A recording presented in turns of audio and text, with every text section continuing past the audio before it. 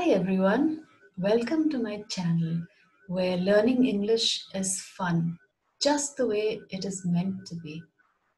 We will be doing a lesson on poetry today, and I have something interesting to show you.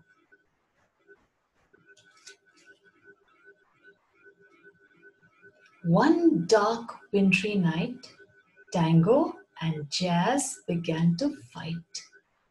They ran around here, they ran around there, when a sudden gust of wind blew away their hair. "Oh no!" screamed Tango. "My hair ran away." "Oh no!" shouted Jazz. "I don't know what to say." Poetry is exciting, isn't it? I mean, there is a kind of beauty in poetry that does not exist in prose. Poems have life in them. They have depth. They have feelings and emotions. Poems tell us a story in the most expressive way. I will share my screen with you to show you exactly what I mean.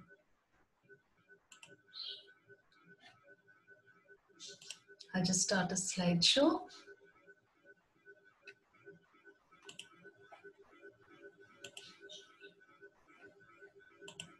What is a poem?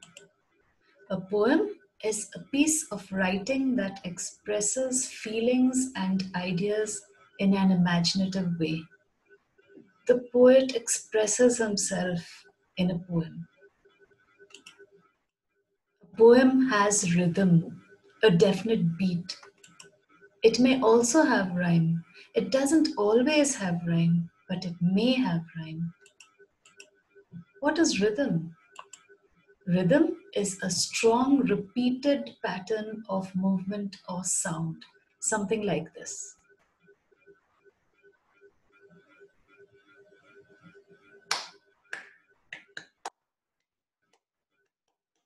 That is rhythm, a strong, repeated pattern of movement or sound. What is rhyme? In a rhyme, a word at the end of a line will have the same sound as a word at the end of another line.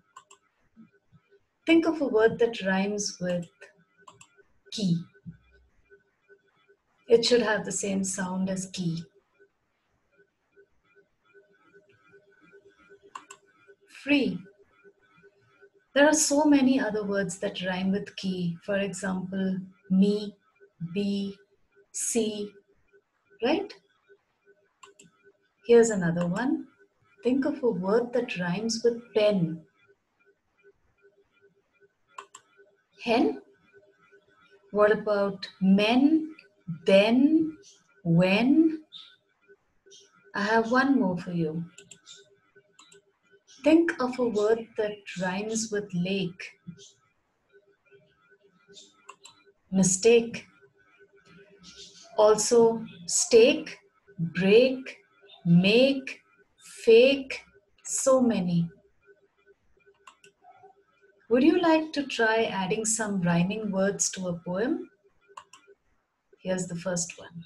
Once upon a time, there was a man, and I think his name was...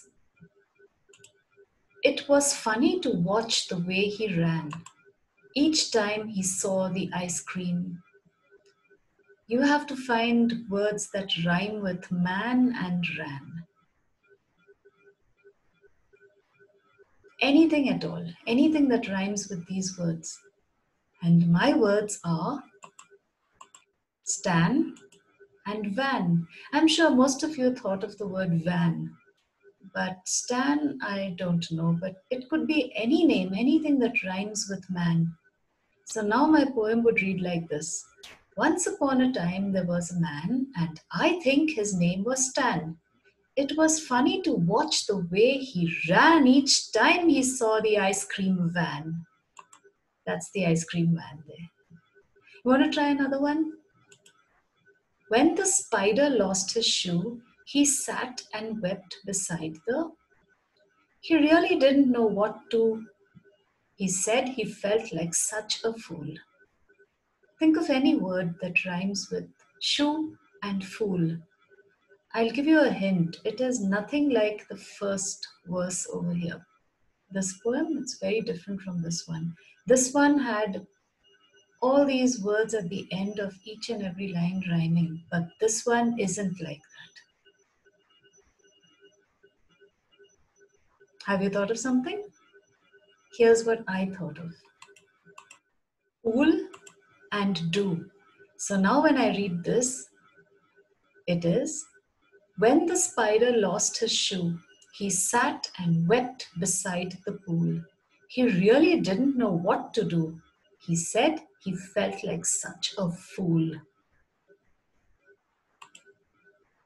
I'd like to read some more poems to you just to show you what different poets are like, how they write, their writing style. Okay? So this first one here is one of my favorites. Little Red Riding Hood and the Wolf by Roald Dahl. I don't have the whole poem here, just a part of it. It's a really long poem and a really interesting one. So I'm just going to read a part of it. If you're interested in going through the rest of the poem, it's available on the internet. So you could go through it. You could go through a whole lot of other poems also written by Roald Dahl. This is just a small part that I want to read just to show you Roald Dahl's style of writing a poem. Okay, so let's begin. Little Red Riding Hood and the Wolf by Roald Dahl. As soon as Wolf began to feel that he would like a decent meal, he went and knocked on Grandma's door. When Grandma opened it, she saw the sharp white teeth, the horrid grin, and Wolfie said, "May I come in?" Poor Grandmama was terrified. "He's going to eat me up," she cried. And she was absolutely right. He ate her up in one big bite. But Grandmama was small and tough, and Wolfie wailed, "That's not enough. I haven't yet begun to feel that I have had a decent meal." He ran around the kitchen yelping, "I've got to have a second helping." Did you notice the words that are rhyming over here? Watch how they rhyme. May I come in? Terrified and cried. Right and bite. Tough enough. Feel, meal, yelping, helping. I mean, all of us are familiar with this story, isn't it? But Roald Dahl has written it with a twist. He's made it humorous. He's changed the story. But I love the way that the story flows in the form of verse. It's really interesting, isn't it? There's another one I want to share with you, another one of my favorites. How the Grinch Stole Christmas by Dr. Seuss. A lovely poem. His story is written in the form of verse. Every Who down in Whoville liked Christmas a lot, but the Grinch, who lived just north of Whoville, did not. The Grinch hated Christmas, the whole Christmas season. Now, please don't ask why. No one quite knows the reason. It could be his head wasn't screwed on just right.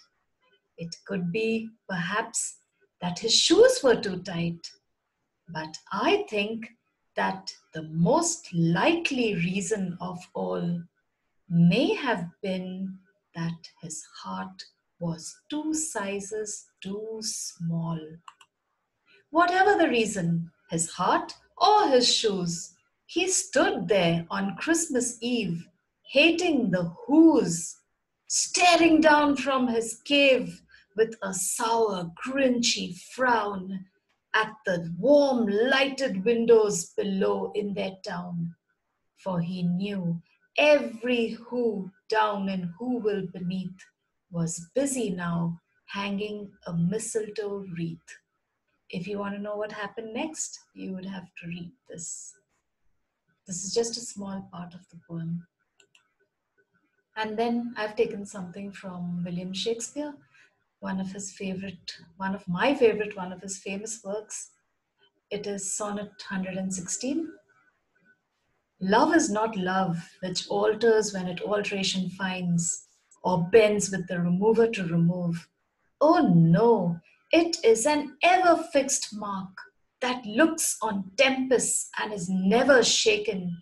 It is the star to every wandering bark, whose worth's unknown, although his height be taken.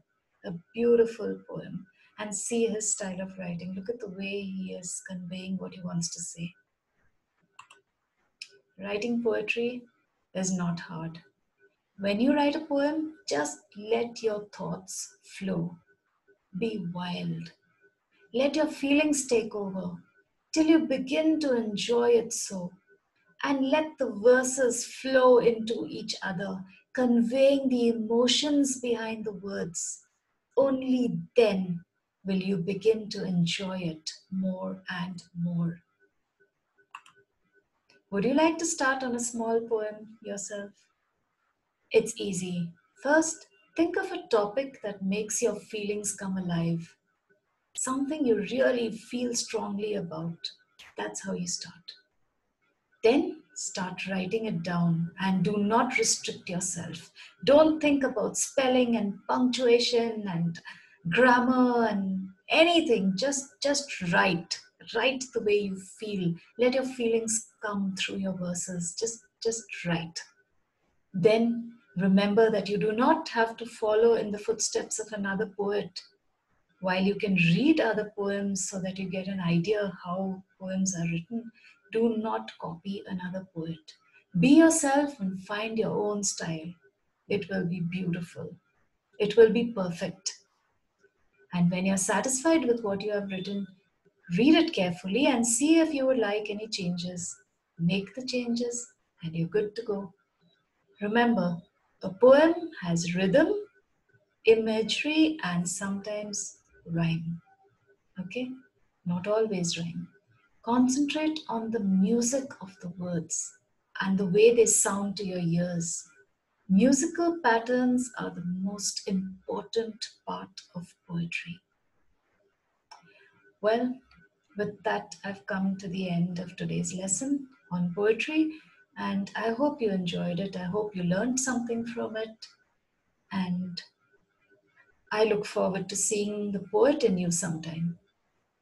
For now, I have to say bye. Cheerio.